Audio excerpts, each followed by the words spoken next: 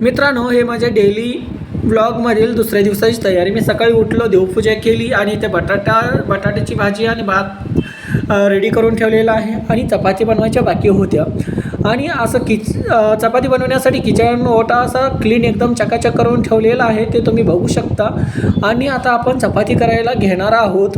तरी तर कणिक तीन सर्व मळून ठेवलेलं आहे. काही चपात्या मी बनवून एका डब्यामध्ये ठेवलेल्या आहेत. ही शेवटची चपाती मी बनवलेली तुम्हाला दाखवतो. आणि ह्या डब्यामध्ये मी बनवून ठेवलेल्या ऑलरेडी चपात्या होत्या. आणि सकाळी लवकर उठून झाल्यानंतर जेवायचं काय, आता चपातीसोबत काय खायचं हा मला क्वेश्चनच पडला. आणि एकदम असं मिरचीचा ठेचा झणझणीत असं बनवावं असं वाटलं. त्यासाठी आपण आता मिरच्या घेतलेल्या आहेत.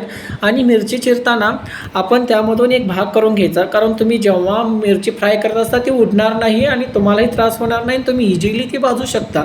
त्यासाठी आम्ही वेगवेगळ्या मिरच्या घेतलेल्या आहेत. त्यामध्ये बारीक काप करून मी एका डिशमध्ये घेतलेले आहेत. आणि त्या मिरचीचा ठेचा बनवून त्यासोबत कोथिंबीर, टोमॅटो आणि कांदा जर यूज केला तर ते लगेच खराब होतं. आपण ते इन्ग्रेडियंट यूज करणार नाहीत.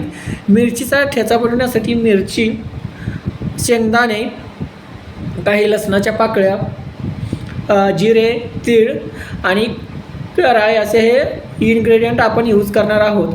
तरी आपण हे काही एका डिशमध्ये सर्व घेतलेले आहेत. तर चला आता आपण शेंगा भाजायला घेऊया.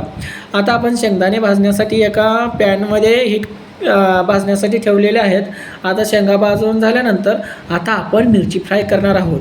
आता मिरची फ्राय केलं की काय होते, जादा तिखट नाही लागणार.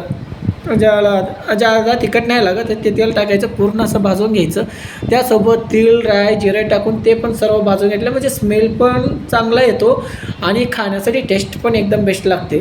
सर्व भाजल्यानंतर आता आपण सर्व घेतलेलं आहेत एका मिक्सरमध्ये, कारण ते मिक्सरमध्ये बारीक करून घ्यायचं. यात ऑलरेडी आपला ठेचा तयार झालेला आहे. शेंगदाण्याची कूट थोडीशी बारीक जादा बारीक नाही करायची, बरं मीडियम साईजनं करायची, म्हणजे टेस्ट पण चांगले येते. त्यामध्ये तेल टाकलेलं आहे. तेल टाकलं ते तिखट जादा नाही लागणार. ऑलरेडी साल्ट हे सर्व इन्ग्रेडियंट मी टाकून ठेवलेलं आहे. तरी तुम्हाला कसा वाटला मी बनवलेला ठेचा तरी कमेंट करून नक्की सांगा. आणि ही आता माझी फायनली डिश तयार झालेली आहे. ही दुसऱ्या दिवसाची तयारी. आता हे आपण सर्व एकदम मस्तपैकी आता हे आपण खाणार आहोत. डिश कशी वाटली लाईक, शेअर आणि कमेंट करून नक्की सांगा.